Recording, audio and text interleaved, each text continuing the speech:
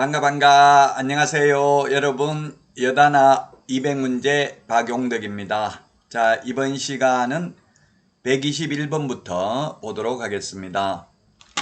여러분들 남은 기간 동안 이 200문제만 정확하게 연습을 한다면 충분히 고득점 할 수 있을 것입니다.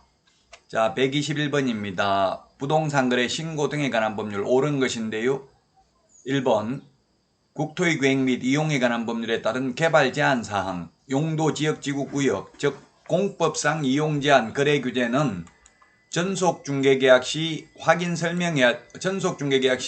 정보 공개해야 되고, 그리고 확인 설명은 해야 되지만 부동산 거래 신고 사항은 아닙니다. 우리 암기 프린터 5번, 6번, 그리고 9번, 13번 4개를 암기하면 두 문제 맞출 수 있다고 했죠. 즉 공법상 이용 제한 거래 규제는 정보 공개는 해야 되고 확인 설명은 해야 되지만 계약서 필요적 사항 아니고요. 실거래 가격 신고해야 될 사항 아니라는 것 기억하시기 바랍니다. 따라서 1번이 되겠습니다. 부동산 거래 신고하지는 않습니다. 공법상 이용 제한 거래 규제. 자, 그 다음에 2번입니다. 주택법에 따라 지정된 투기과일지구에 소지하는 주택의 거래계약을 체결한 경우 신고서를 제출할 때 매수인과 매도인이 공동으로 서명 및 날인한 자금조달 입주계획서를 함께 제출을 해야 된다. 서명 및 날인 X입니다. 서명 및 날인이 아니고 서명 또는 날인이 되겠습니다. 서명 및 날인이 아니라 또는입니다. 또는 계약서 확인설명서만 미시고 나머지 모든 서류는 또는이 되겠습니다. 또는. 그리고 자금조달계획서는 매도인이 하는 게 아니라 매수인이 하죠. 매수인. 돈을 구하는 건 매수인이 구하잖아요. 매도인 X입니다. 매수인이 서명 또는 날인한 자금조달계획서를 제출해야 됩니다. 2번 틀렸고요. 3번 부동산 거래 신고서의 물건별 거래가격란에는 발코니 확장 등 선택비용에 관한 기재란이 없다 했는데 기재란이 있습니다. 그래서 이거는 서식을 봐야 되겠죠. 부동산 거래 신고서 서식 X입니다. 4번 부동산 거래계약 신고서를 작성할 때 건축물의 면적은 집합건물의 경우 연면적이 아니고 집합건물은 전용면적, 그 밖의 경우에 연면적을 기재합니다. 집합건물 아파트 같으면 전용면적이죠. 뭐 전용면적 84제곱미터 이런 식으로 하잖아요. 연면적은 각층 바닥면적 합계액입니다. 자, 그 다음에 5번에 다운계약서, 업계약서, 거짓계약서 적어서 거짓으로 부동산 거래 신고하면 대한민국의 신고 위반으로 징역 벌금을 부과하는 것은 없습니다. 5% 이하 과태료, 100분의 5 이하 과태료 부과 대상입니다. 거짓신고, 다운계약서, 업계약서 적었으면. 따라서 1번이 정답이 되겠습니다. 다음은 122번. 전자문서로 접수할 수 있는 것입니다. 전자문서 있는 것. 전자문서로 불가능한 것은 담당 공무원이 사실 여부를 확인해야 되는 것은 전자문서 불가능합니다. 자, 그래서 기업은 한 명이 신고를 거부해서 상대방이 단독으로 부동산 거래 신고를 하는 경우에는 사유서를 제출하러 가야 됩니다. 그러므로 전자문서 안 됩니다. 근데 니은에 국가 등이 이 단독으로 부동산 거래 신고하는 경우, 원래 단독으로 하면 상대방이 거부해서 하면은 방문 신고만 가능한데 국가 등이 속이지는 않죠. 그래서 국가 등의 경우에는 전자문서 가능합니다. 그 다음에 D것 거래 당사자의 주소 전화번호 또는 휴대전화번호 정정 신청은 단독으로 가능하기 때문에 속여 쓸 수 있기 때문에 담당 공무원이 확인을 해야 되므로 방문 신고만 가능합니다. 리얼 면적 변경 없는 상태에서 거래 가격을 변경하는 경우에도 계약서 사본 등을 제출하러 가야 됩니다. 그래서 전자문서 안 되고요. 그 다음에 미음 거래 당사자가 공동으로 해제 신고하는 경우, 공동으로 했으면 둘이 합의가 됐기 때문에 속일 수가 없겠죠. 그래서 공동으로 해제 신고, 공동으로 부동산 거래 신고의 경우는 전자문서 가능합니다. 그 다음에 거래가격 중 분양가격 및 선택품목 변경 신고인데 요거는 단독으로 가능합니다. 그러므로 속에 쓸지도 모르기 때문에 반드시 방문 신고만 가능합니다. 따라서 전자문서 가능한 게 2개가 되겠네요. 2개가 정답입니다. 니은하고 국가 등이 단독으로 부동산 거래 신고한 경우, 그리고 쌍방 합의에 의해서 해제 신고하거나 또는 부동산 거래 신고하는 경우는 전자문서 가능합니다. 자, 다음은 123번 문제 보겠습니다. 포상금 제도 옳은 것인데요.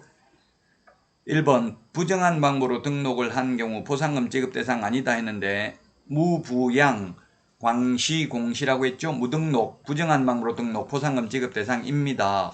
그래서 1번은 틀렸습니다.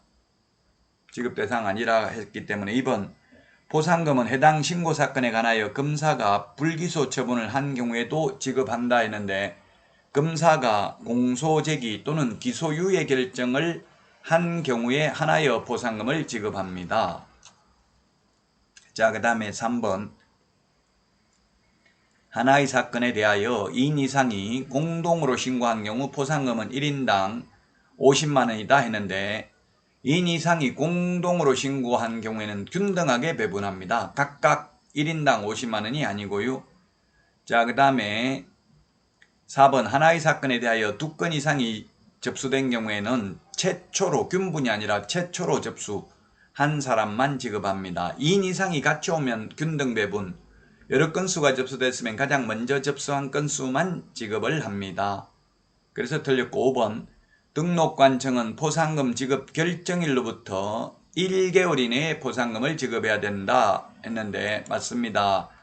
공인중개사법은 1개월 이내에 포상금을 지급해야 됩니다. 부동산 거래 신고 등에 관한 법률은 접수된 날로부터 2개월 이내에 포상금 지급해야 됩니다. 우리 암기 프린터 28번에 있고요. 암기 프린터 없는 분들은 네이버 카페 박용덕 박사의 부동산 여행에서 다운로드 받을 수 있습니다. 그리고 밴드에도 많은 자료 올려드리니까요. 박용덕으로 검색해서 밴드도 가입하시면 많은 자료를 볼 수 있습니다.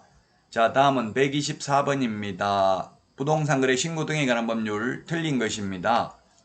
1번 거짓으로 부동산 거래 신고를 하는 행위를 조장하거나 방조한 경우에 시행령에서 구체적 기준은 과태료 400만원이다. 법률은 500만원 이하인데 시행령의 개별 기준은 400만원입니다. 개별 기준까지 다 암기 안 하셔도 됩니다. 지금 모르면. 이 1번 지문은 잘 모르면 그렇게 중요한 건 아닙니다. 개별 기준. 그러나 다른 걸로 가지고 충분히 답은 찾을 수가 있을 것입니다. 그 다음에 2번 신고관청은 위반 행위의 동기, 결과, 횟수 등을 고려하여 개별 기준에 따른 과태료의 2분의 1, 3천만원 이하의 과태료와 취득가액의 100분의 5 이하 과태료의 경우에는 5분의 1 범위 내에서 늘리거나 줄일 수 있습니다. 그러나 3번 아무리 늘리거나 줄이는 경우 늘리더라도 법에서 정하고 있는 500만원, 3천만원의 법에 정하고 있는 기준금액을 초과할 수는 없습니다. 4번에 자진신고하려는 부동산 등의 거래계약과 관련하여 국세기본법 또는 지방세법 등 관련 법령을 위반한 사실 등이 관계기관으로부터 신고관청에 통보된 경우에는 과태료를 감경, 면제하지 아니합니다.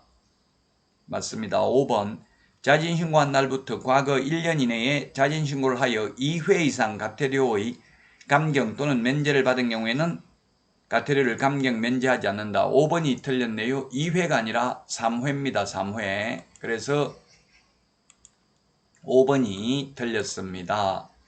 우리 암기 프린트는 28번 맨 밑에 28번이 아니고 47번 자진신고는 47번 맨 밑에 있습니다.